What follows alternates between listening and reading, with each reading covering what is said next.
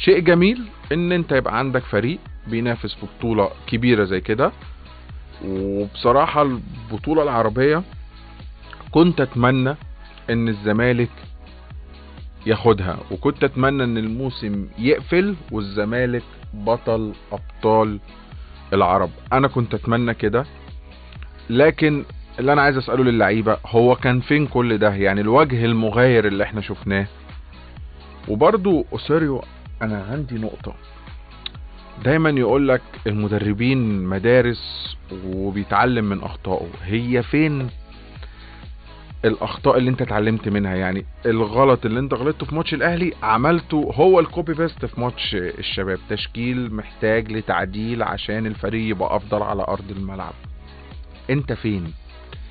يعني انا شايف الراجل يا هو افكاره مش ملائمه التشكيل، ودي تبقى مصيبه اكبر، لانك في النهايه بتلعب على الامكانيات المتاحه معاك.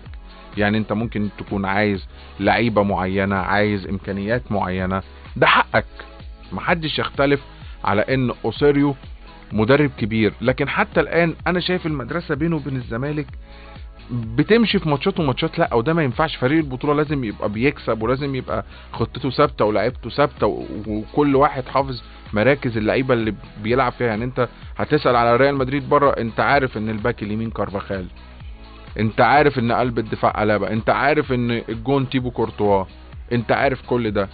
انت عارف في نص الملعب مودريتش، توني كروز، كامافينيجا لما بقى معاهم، تشاوميني دلوقتي، بيلمنجهام. انت عارف اسماء اللعيبه، انت عارف ان الجناح فينيسيوس جونيور. في مراكز في الزمالك احنا كل يوم بنشوف فيها لعيب جديد. طب ليه ما تثبت الدنيا؟ يعني ثبت الدنيا.